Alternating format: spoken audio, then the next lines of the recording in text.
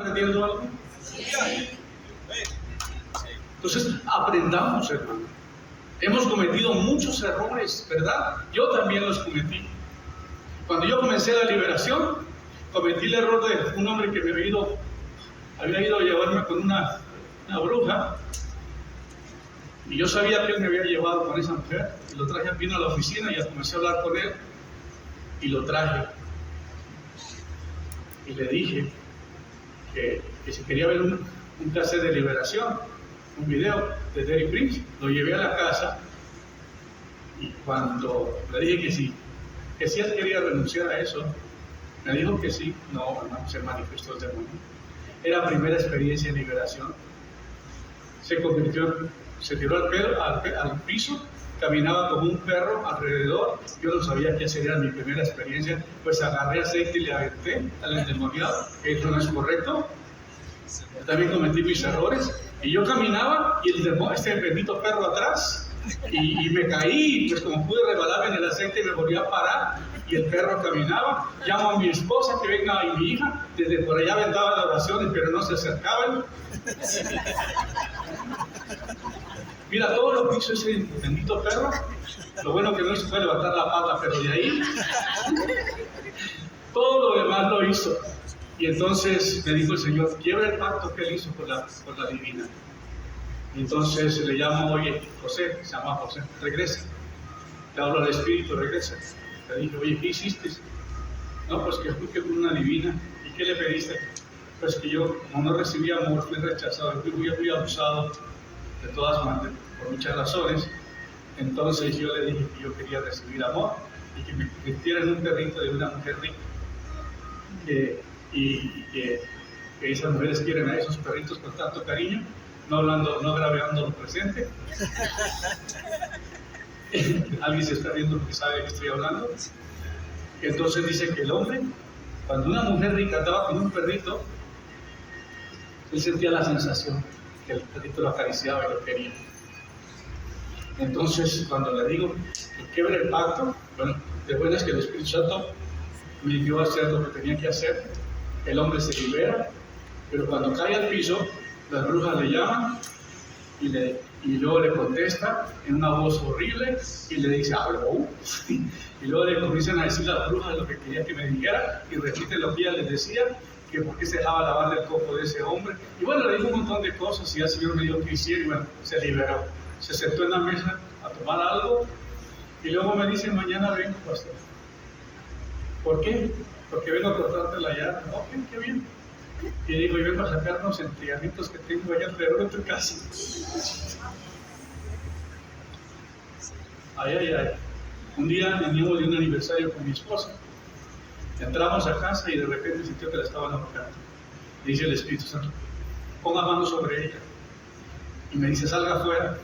La casa es blanca por fuera, toda llena de aceite quemado, con las manos puestas así. Me habían ungido el perro.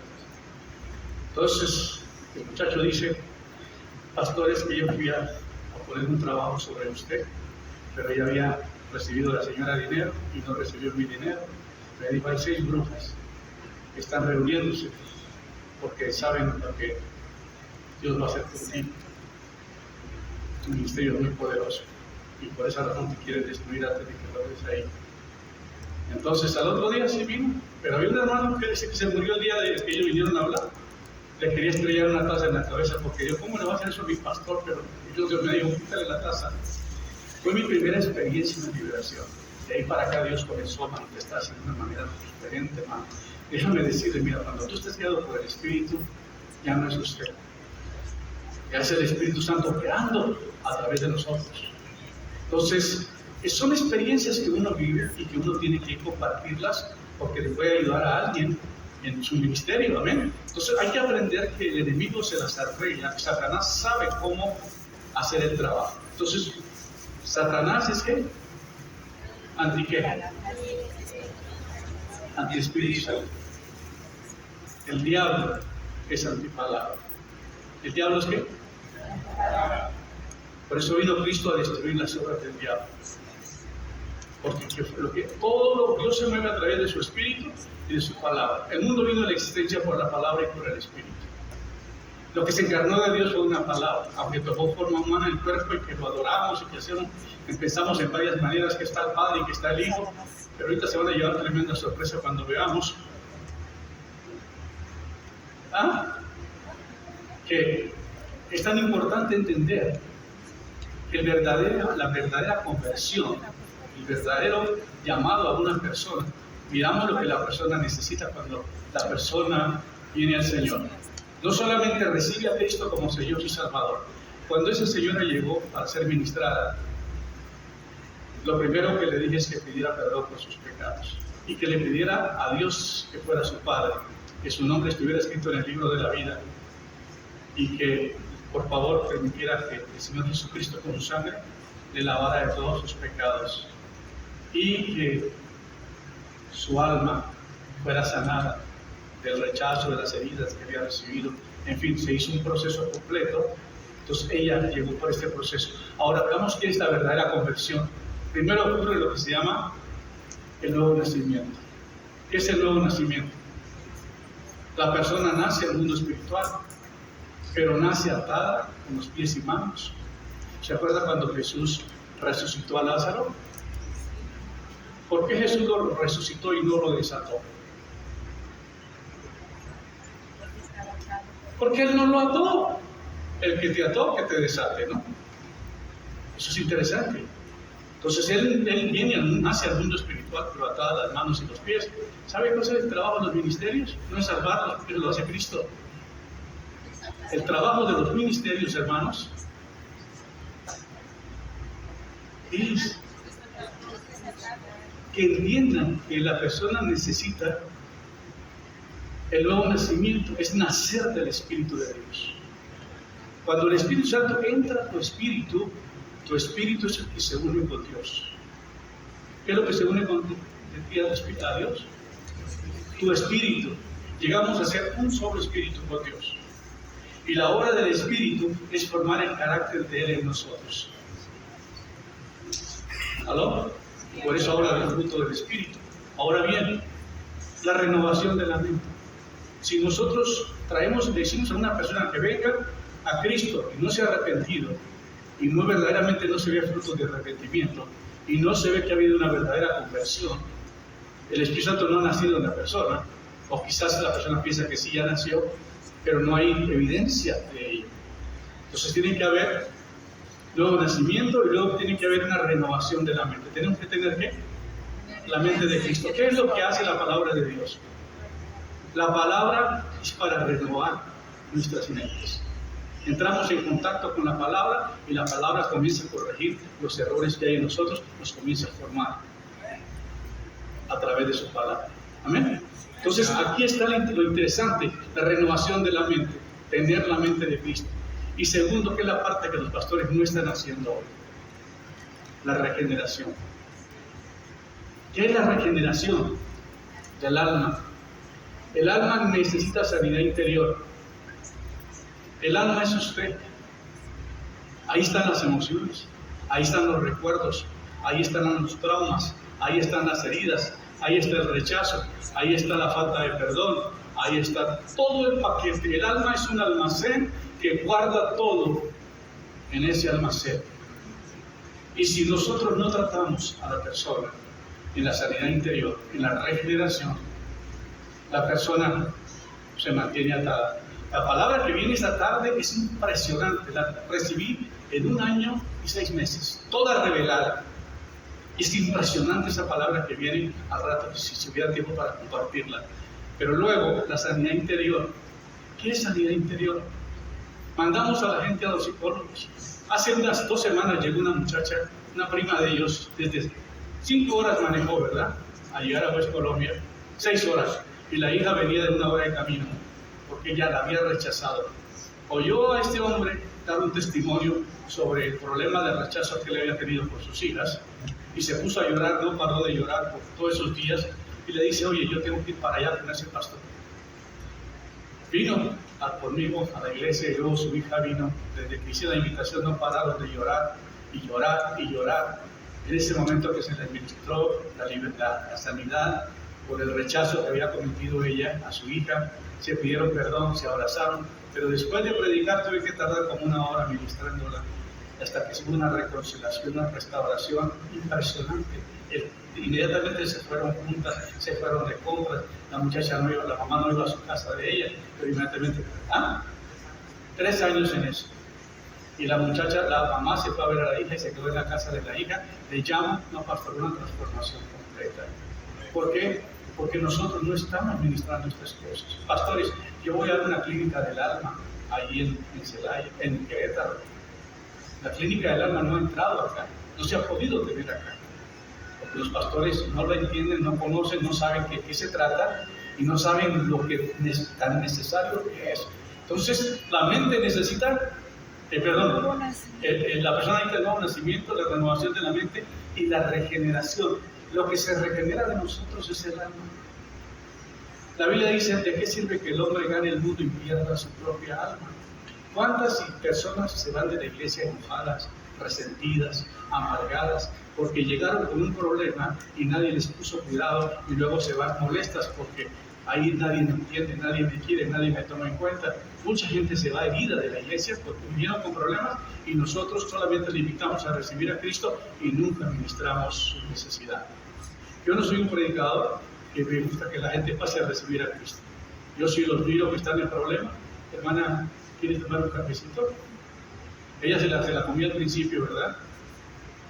Y me la llevaba a la casa y hacíamos un café colombiano bien rico, pero después del café que venía, hermano, ministración, liberación. Todo comenzaba a suceder. Yo el trabajo no lo hago en el edificio de la iglesia. Yo el trabajo lo hago en mi casa, en la sala de mi casa. A toda esa gente del equipo ahí les he ministrado y a los que vienen de afuera. ¿Por qué? Porque ellos llegan heridos y quieren que los escuchen y luego viene el tiempo de ministrarlos y mi casa está limpia, el ambiente está sano. Entonces es muy rico estar ahí para ministrar. Ahora bien, la liberación del pecado. El cuerpo necesita liberación del pecado. ¿El alma qué necesita? Perdón, el alma necesita regeneración o sanidad interior. ¿Qué necesita el cuerpo? Liberación del pecado. Si usted tiene, ¿qué dice Romanos 6:23? ¿Le dijo, hermano? Sí, ¿qué dijo? Que Él apaga el pecado, muerte y maldad y la vida eterna. ¿Qué dice Romanos 6:22? No, abra su Biblia, no me trampas. ¿Qué dice Romanos 6:22?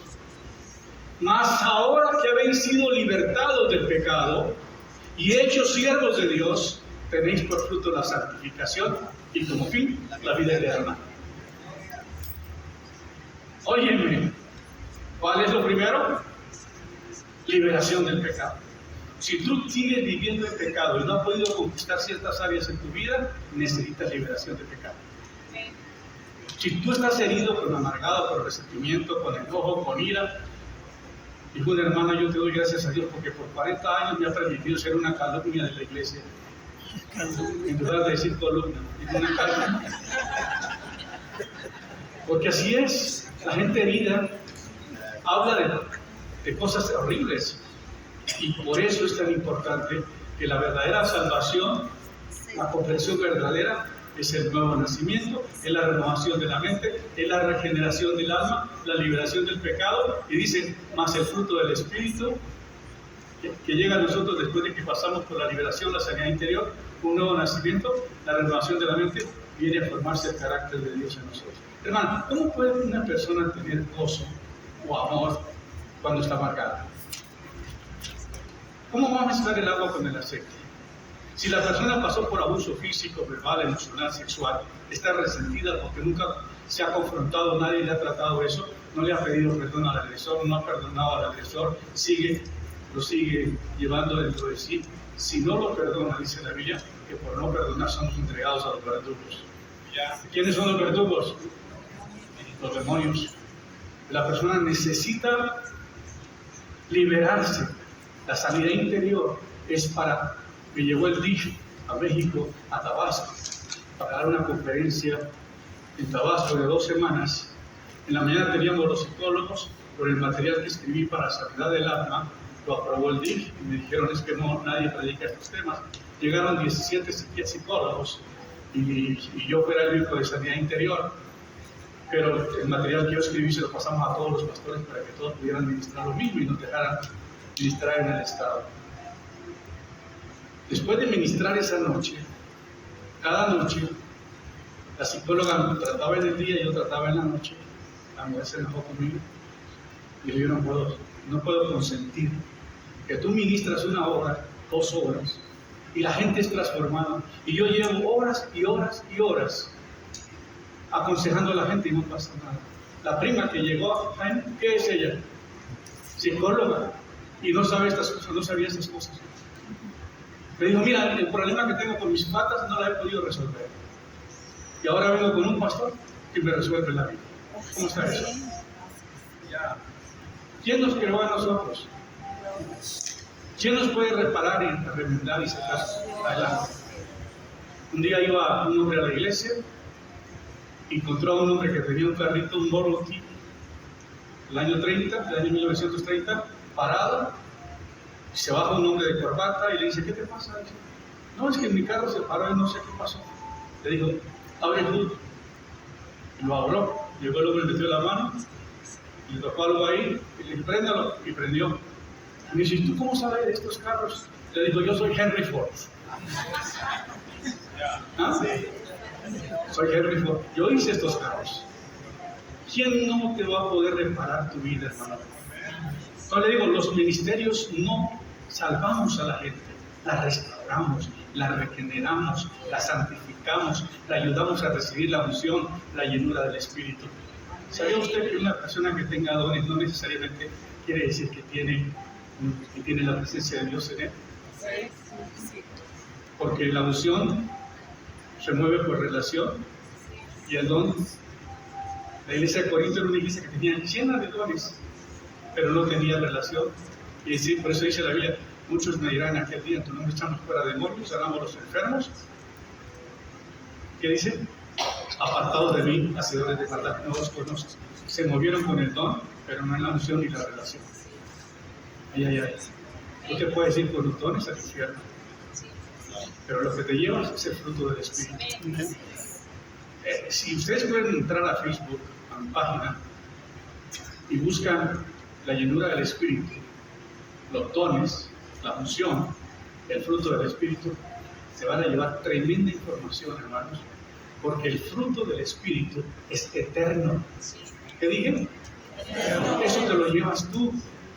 Dice el Pablo, la profecía, la ciencia acabará, cesarán las leyes, pero el amor nunca deja de ser, porque el amor no es un don, es el fruto del Espíritu en nosotros.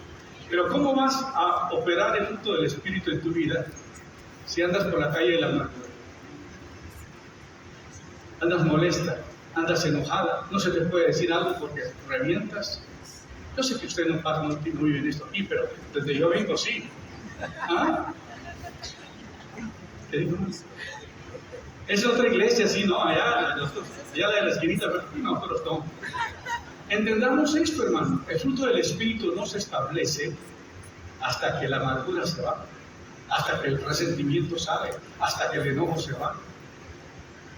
El gozo del Señor es nuestra fortaleza, pero el gozo del Señor no puede estar donde hay tristeza, donde hay dolor. Perdemos a un ser querido y nos llenamos de dolor, nos llenamos de mucho trauma, pero tenemos que aceptar la voluntad de Dios. Tenemos que aceptar que Dios decidió llevarse ese siervo o llevarse esa sierva. Entonces nosotros tenemos que asumir que Él tenía un propósito en todo ello y nosotros sanar. El gozo es el antídoto que te previene de que te lastimen, de que te dañen. El gozo del Señor es la fortaleza. Amén. Cuando el gozo del Señor se establece, es impresionante. Dice la Biblia en el Antiguo Testamento, por cuanto no me serviste con gozo y con alegría y con la abundancia de tus bienes, te desecharé de mi presencia. Tú no puedes llegar a la presencia de Dios, a pedir la bendición de Dios, amargado y triste. Señor, es que mi esposo, ¿viste cómo me trata? Señor, mejor llévalo que te adore allá arriba, porque aquí me está imponiendo. Oh, hermano.